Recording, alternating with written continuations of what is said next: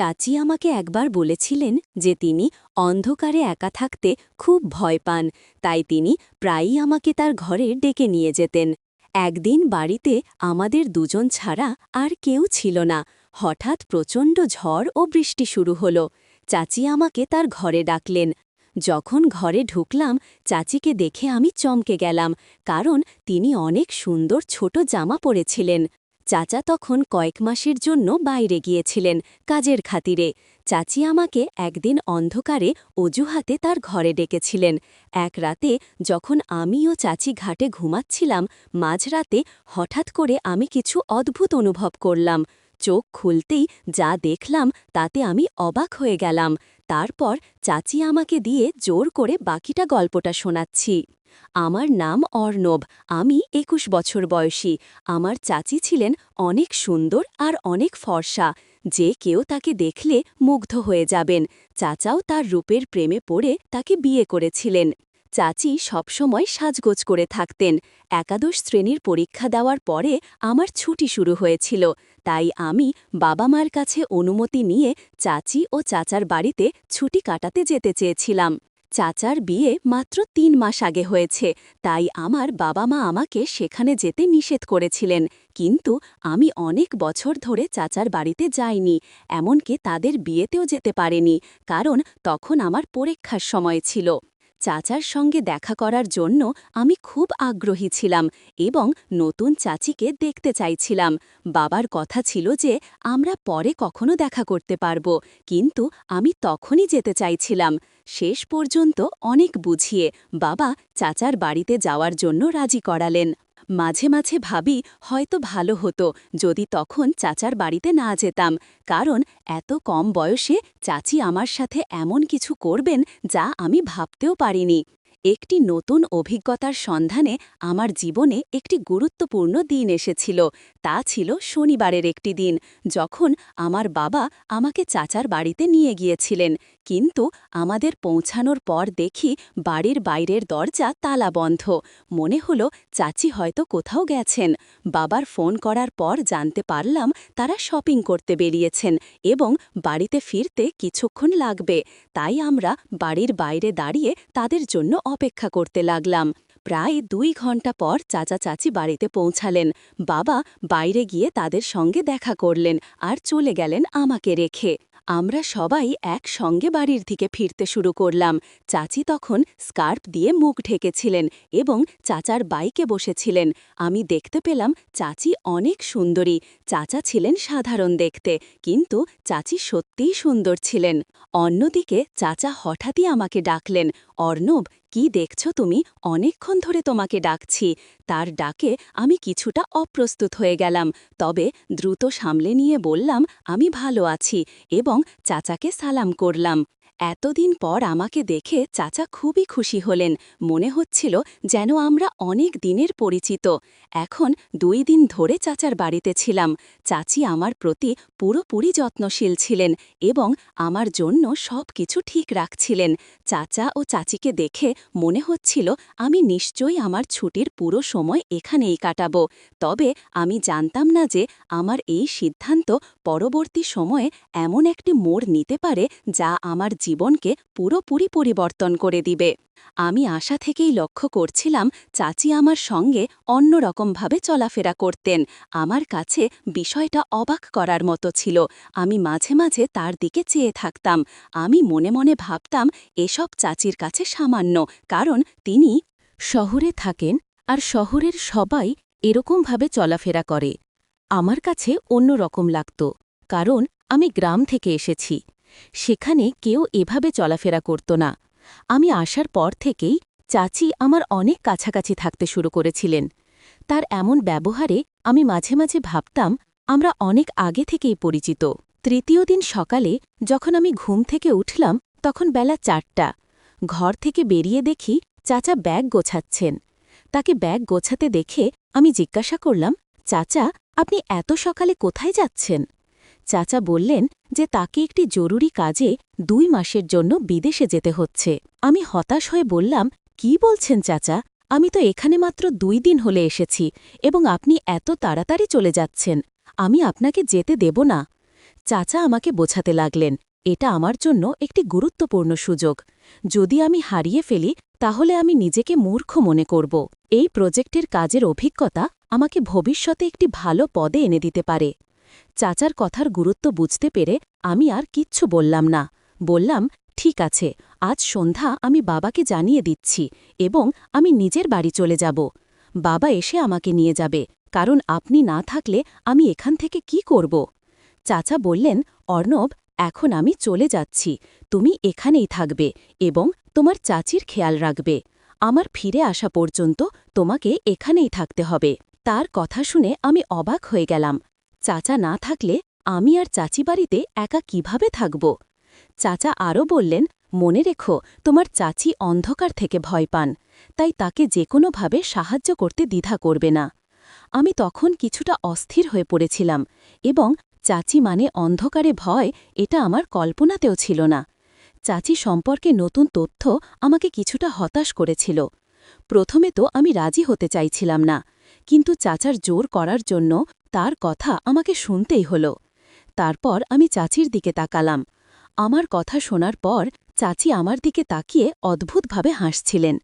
মনে হলো আমার এখানে থাকার কথা শুনে তিনি অনেক খুশি হয়েছিলেন।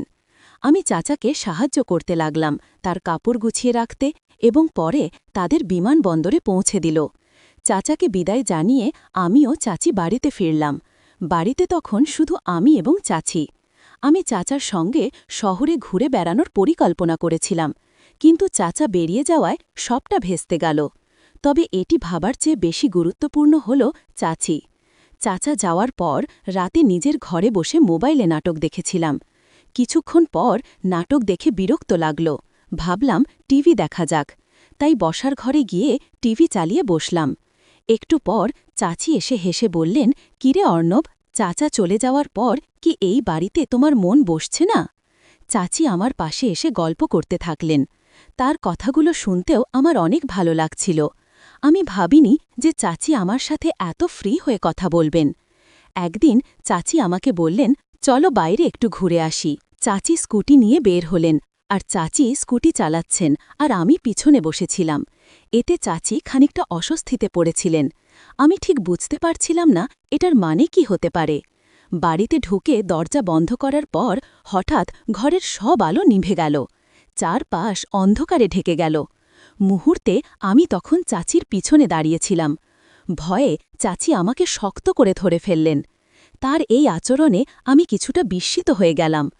বড় হওয়ার পর এমন অভিজ্ঞতা আগে কখনো হয়নি। বুঝতে না পেরে আমি স্থির হয়ে দাঁড়িয়ে রইলাম এবং তারপর হঠাৎ করে আলো আবার চলে এলো। আলো আসতেই তিনি সোজা হয়ে আমাকে ছেড়ে দিয়ে বললেন, মাফ করে দাও, অন্ধকারে আমি ভয় পেয়েছিলাম, এবং মৃদু হাসি দিয়ে তার ঘরে চলে গেলেন। আমি হতভম্ব হয়ে গিয়েছিলাম এবং ভাবছিলাম যা ঘটছে তা ঠিক হচ্ছে না। কিছু সময় পরে চাচার বলা কথা মনে পড়ল। চাচা বলেছিলেন, চাচি অন্ধকারে ভয় পান এবং তোমার দায়িত্ব তার দেখভাল করা। তখন বুঝলাম চাচি আমাকে অন্ধকারের অজুহাত দেখিয়ে জড়িয়ে ধরেছিলেন। রাতের বেলা আমি ঘরে গিয়ে শুয়ে পড়লাম, কিন্তু চাচির কথা বারবার আমার মনে চলে আসছিল। তিনি ছিলেন বেশ আধুনিক, আর আমি তো এক গ্রামের ছেলে, তাই তার আচরণগুলো আমার জন্য খুবই অন্যরকম লাগছিল। হয়তো তার কাছে সামান্য ছিল। পরের দিন সকালে উঠে দেখি চাচি রান্নাঘরে চা তৈরি করছেন। তার দিকে তাকাতে কিছুটা অস্বস্তি হচ্ছিল, কারণ তিনি এখনও রাতে যা করেছিলেন তিনি মনে হয় আমাকেটা ভুলতে দেননি। যখন আমি জল পান করতে রান্নাঘরে গেলাম তখন চাচি আবার আমাকে বললেন। আমি কিছুটা অবাক হয়ে গেলাম, কারণ আগের দিনের ঘটনা এখনও আমার মাথা থেকে বের হয়নি। তিনি হাসি মুখে বললেন, আরে অর্ণব, কিসের এত লজ্জা?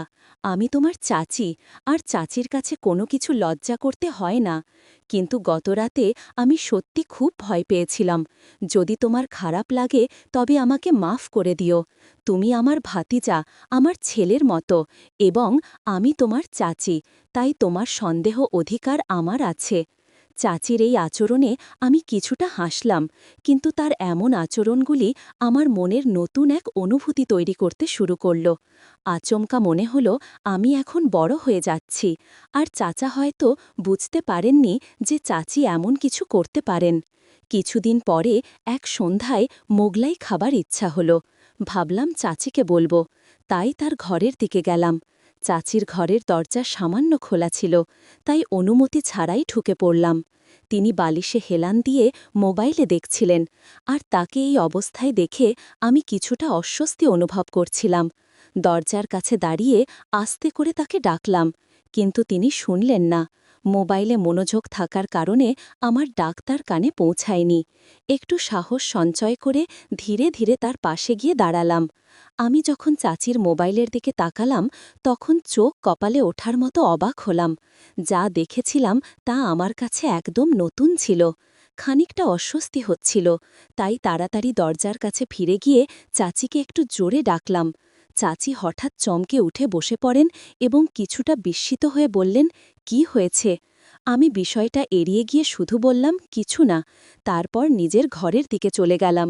ঘরে ফেরার পথে মনে পড়ছিল চাচিকে আজ একটু আলাদা লাগছে। রাতের বেলা ভারী বৃষ্টি হচ্ছে। হঠাৎ বিদ্যুৎ চলে যাওয়ায় চাচি আমাকে ডাকলেন। আমি তার ঘরে গেলে চাচি আমাকে বসতে বললেন। তাকে দেখে মনে হচ্ছিল তিনি বেশ সুন্দর লাগছিলেন। চাচি বললেন, অর্ণব, তুমি যতক্ষণ লাইট আসে আমার পাশে থাকতে পারো। অন্ধকারে আমার ভয় লাগে। আমি সেখানে থাকতে রাজি হলাম। আমরা কিছুক্ষণ ধরে কথা বলতে লাগলাম। চাচি আমাকে জানালেন চাচা ও চাচির খুব তাড়াতাড়ি বিয়ে হয়েছিল। তিনি বললেন, আমার ও তোমার চাচার 1 বছর আগে প্রথম সাক্ষাৎ হয়েছিল এবং আমাদের প্রেম এত দ্রুত বাড়তে থাকে যে আমরা কিছুদিনের মধ্যে বিয়ের সিদ্ধান্ত নেই। গল্প করতে করতেই সময় চলে যায়। যখন আমি ফের ঘরে যাওয়ার কথা ভাবছিলাম, তখন চাচি আমায় বললেন, অর্ণব, যদি তোমার আপত্তি না থাকে তাহলে কি তুমি আজ রাতে আমার ঘরে থাকতে পারো? আমার মনে কোনো দ্বিধা ছিল না, কারণ চাচিও আমি একা ছিলাম। তার সাথে গল্প করতে আমার বেশ ভালোই লাগত, তাই আমি রাজি হলাম। হয়ে গেলাম। আর চাচাও আমাকে আগেই বলে রেখেছিলেন যে চাচির খেয়াল রাখতে। সারা রাত বৃষ্টির আওয়াজ চলছিল এবং আমি ঘুম থেকে উঠে দেখলাম চাচি অত্যন্ত আনন্দিত, যা আগে কখনো তার মুখ দেখিনি। ব্রেকফাস্টের সময় তিনি আমাকে বলেছিলেন, এখন বৃষ্টির দিন, তাই তুমি আমার ঘরে থাকতে পারো। চাচি আমাকে বলেছিলেন, যদি তোমার কোনো সাহায্য প্রয়োজন হয় তাহলে বিনা দ্বিধা জানাতে পারো। রাতে আমরা গল্প করছিলাম, কিন্তু হঠাৎ করে আমার শরীরটা একটু খারাপ লাগতে শুরু করল। চাচির কথাগুলো কিছুটা অস্বস্তিকর লাগছিল, যদিও ঠিক বুঝতে পারছিলাম না কেন। শরীর খারাপ লাগলেও কোনোভাবেই তার ঘরে বসে রইলাম। এখানে আসার পর থেকে চাচি আমাকে রোজ রাতে 1 গ্লাস করে দুধ পান করতে দিতেন। আজও তিনি দুধের গ্লাস নিয়ে আসলেন। আমি খেতে খেতে গল্প চালিয়ে যেতে থাকলাম। একসময় অজান্তে ঘুমে ঢুলতে শুরু করলাম, আর কিছুক্ষণ পরে ঘুমিয়ে পড়লাম। চাচিকে যেন রাতে আরও সুন্দর লাগছিল, তবে মনে নানা রকম চিন্তা ভিড় করছিল। তার পরের দিনের কথা মনে একটা অদ্ভুত লাগছিল, যখন দেখলাম চাচি বাইরে গেছেন আর তার ফোনে বারবার কল আসছে। হঠাৎ পেটে আবার ব্যথা শুরু হয়। আমি তখন বাবাকে ফোন করে জানালাম যে বাড়ি ফিরতে চাই। বাবার কথায় চাচি কিছুটা বিরক্ত হয়ে বললেন, কি, তোমার চাচা কি তোমাকে বলেনি যে আমাকে দেখতে হবে, এখনই যেতে পারবে না? চাচির কথা শুনে আমি কিছুটা অবাক হয়ে গেলাম। কি সম্পর্ক আর কি দেখার কথা, সব কিছু জট পাকিয়ে গেল। আমি যখন বিষয়টা জানতে চাইলাম, তিনি বললেন, আমি জানি না, তবে তবে তোমাকে এখানেই থাকতে হবে। চাচি আমাকে যেতে না দেওয়ার জন্য জোর করছিলেন, কিন্তু পেটের ব্যথা ততক্ষণে বেড়েই চলছিল। এই অবস্থায় আমি বেশ অস্থির হয়ে উঠেছিলাম, কারণ ব্যথা কমার কোনো লক্ষণই ছিল না। কিন্তু আমি বুঝতেই পারছিলাম না কেন আমি এমন হচ্ছি। এমন অভিজ্ঞতা আমার জন্য নতুন ছিল। চাচা বাইরে গেছেন প্রায় 1 সপ্তাহ। সন্ধে 7টায় বাড়ির বেল বেজে উঠল। ফলে চাচি দরজা খুলতে গেলে দরজা খুলতেই পুলিশ দাঁড়িয়েছিল। পুলিশকে দেখে চাচি কিছুটা ভয় পেয়ে গেলেন। পুলিশ চাচিকে জিজ্ঞাসা করলেন, আপনার আসল উদ্দেশ্য কি? আমি কিছুই বুঝতে পারছিলাম না। এদিকে আমার পেছনে বাবা চাচাকে নিয়ে হাজির হলেন, আর চাচার হাতে বেশ কিছু ফাইল ছিল। হঠাৎ আমি বলে উঠলাম, চাচা, আপনি তো কাজের জন্য 2 মাসের জন্য বিদেশে গিয়েছিলেন। এরপর বাবার দিকে ফিরে জিজ্ঞাসা করলাম, সব কিভাবে ঘটছে। বাবা আমাকে জানালেন, যখন তোমাকে এখানে রেখে আসি তখন আমি থানায় গিয়েছিলাম। সেখানে এমন এক মেয়ের সম্পর্কে জানতে পারি যার খোঁজ আমার সহকর্মীরা করছিল। আমি মেয়েটিকে চিনতে পারিনি, তবে সোশ্যাল মিডিয়ায় চাচার ছবি দেখে বুঝলাম আসলে চাচার নাম পরিবর্তন করে পরিচয় লুকিয়ে চাচিকে বিয়ে করেছেন। চাচার ফোন কেটে যাওয়ার পরেই বাবার কাছে বিস্ময়কর তথ্য এলো যে চাচা ও চাচি বেআইনি কাজে জড়িত ছিলেন এবং অন্যদের ফাঁদে ফেলে এভাবে তারা টাকা ইনকাম করতেন। আমার সাথে এমনটা ঘটাতে চাইছিলেন। তখনই বুঝলাম কেন আমার পেটের ব্যথা অস্বস্তি হচ্ছিল। চাচা সম্ভবত লুকিয়ে আমাকে এমন কিছু পান করিয়েছিলেন যাতে আমার অস্বাভাবিক লাগছিল, আর চাচিও তা জানতেন। গত রাতের ঘটনাগুলো মনে করতে শুরু করলাম। মনে হলো চাচা ও চাচির সম্পর্কের মূল্য না দিয়ে কেবল দ্রুত টাকা কামানোর মোহে অন্ধ হয়ে গিয়েছিলেন। ধীরে ধীরে বিষয়টা পরিষ্কার হলো, কেন চাচা এত দ্রুত এই শহরে উন্নতি করলেন। আমি চাচার অতিথি সৎকার উপভোগ করতে গিয়েছিলাম, কিন্তু তারা আমাকে ধোঁকা দিয়েছেন। বাবা বিষয়টা নিয়ে খোঁজ না করলে হয়তো আমি আরও বিপদে পড়তাম। আজকাল সম্পর্ক, ভালোবাসা, অনুভূতির কোনো মূল্যই নেই।